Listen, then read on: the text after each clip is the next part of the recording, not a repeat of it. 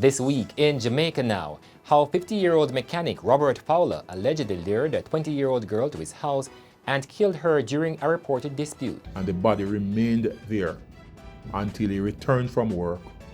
He disposed of the body in a Nissan Caravan. And the police are now probing whether Fowler is linked to other cases of abduction. Police constable shot dead in Portmore while visiting his 5-week-old daughter. Then, a 44-year-old Clarendon teacher is missing. Her car and other property are nowhere in sight. Why the biological mother of a 13-year-old girl is vowing to fight for her. God would have killed me if me never move and then she go kill her for herself. How me would have feel guilty. Another weekend lockdown amid more COVID cases. Health officials say the numbers are now plateauing. And Uber is coming to Jamaica.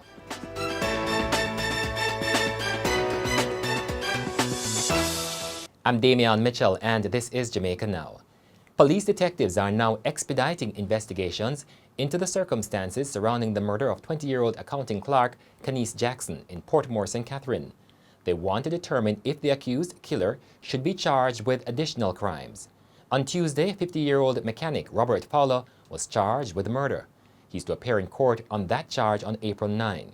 But investigators suspect that Jackson was also sexually assaulted and are now awaiting the outcome of forensic tests. Deputy Commissioner of Police Fitz Bailey says the autopsy has concluded that Jackson was strangled. Earlier this week, Bailey said based on investigations, Jackson had a platonic relationship with Fowler, who would take her to work occasionally. He said on the morning of her death on Wednesday, March 24, Jackson was lured to Fowler's house under the guise that he had forgotten important equipment for his mechanic trade. And he admitted that, yes, the victim was strangled, albeit he may have given a different account as to where the incident happened. But we believe, based on our investigation, that it happened at his home. And the body remained there until he returned from work. He disposed of the body in a Nissan Caravan that he actually drove. In relation to the quality of the investigation and the prospect of more charges, when are we likely to hear of whether or not more charges are to come? As soon as the post-mortem result is received, that will determine, in terms of whether additional charges will be preferred. As I can say without any conclusive evidence, we suspect that she was assaulted, by the accused. Sexually assaulted by the accused.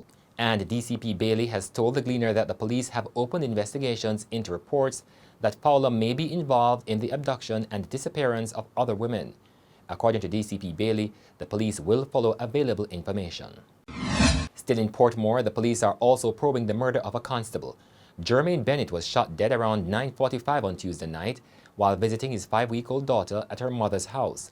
The police say Bennett was shot multiple times, including in the head. Around 10 spent casings were removed from the scene.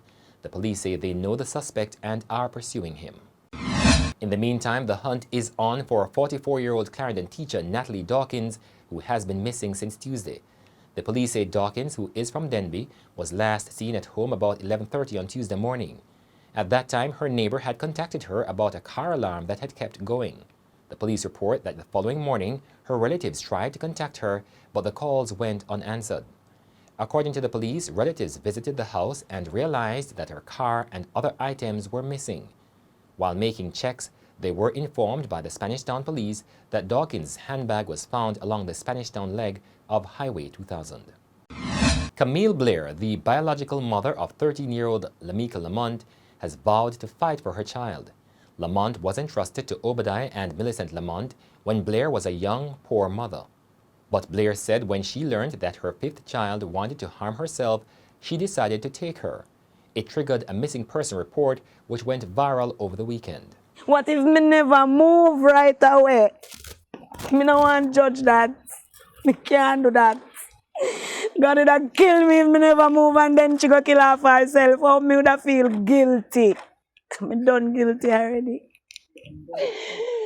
Every day, just now when Father God has me feel relaxed and comfortable and have fun with my life now and take care. Give them a world what me can give them. You understand? Me never did have it, yes, but God bless me with a very nice husband, man. A very good one too, man. He fight for me. He work in a cold 3 shift. Got Germany up there. And they up there afraid for me. Blair contends that she never gave up her child for legal adoption, although the couple has official court documents that appear to suggest otherwise. Jamaica is heading into a second weekend of lockdown as the authorities try to contain the surge in COVID cases. Good Friday, Sunday, and Easter Monday will be no movement days except for essential workers. This week, deaths reached 600. The Chief Medical Officer, Dr. Jacqueline Bisesa McKenzie, says the spike in cases appears to be plateauing. However, she says people's compliance with the curfew orders and COVID protocols is critical to achieve a reduction. And so it is very, very important at this time when we are seeing the numbers starting to trend down, that this weekend in particular, people stay at home. People reduce their hours out on the road, reduce their going into any kind of crowded situation, wear their mask, keep physically distanced from others. And if you are sick, stay at home. Protect your vulnerable persons, because this weekend could be a turning point for us in the wrong direction if it is that we have a large number of exposures going over this Thursday today, going up until Monday next week. And gas stations will now be allowed to open to essential workers for some hours during the lockdown period. The Jamaica Gasoline Retailers Association says where the curfew hours begin at 8 p.m., gas stations would be permitted to remain open until midnight. Where the lockdown begins at noon, they will be allowed to remain open until 4 p.m. On no movement days, gas stations will be allowed to open from 5 a.m. to 8 p.m. However, during curfew hours, gas stations will only be allowed to sell fuel and automotive supplies, as well as to have ATMs open. Silicon Valley-based Uber Technologies has announced plans to enter Kingston with its services. Uber sent notifications to potential operators on Monday for persons to register as drivers. The company operates what it describes as a ride-sharing application and food delivery service. Drivers sign up to provide routes for potential riders who pay using the application. The timeline for the start remains undisclosed. However, President of the Transport Operators Development Sustainable Services, Edgerton Newman, is warning that if ride-sharing service comes to Jamaica, it has no chance of success because of the nature of the transport sector in the country. Newman said too that he will not approve or agree with any transportation service that engages private vehicles. And that's it for this edition of Jamaica Now, your weekly review of the big news stories.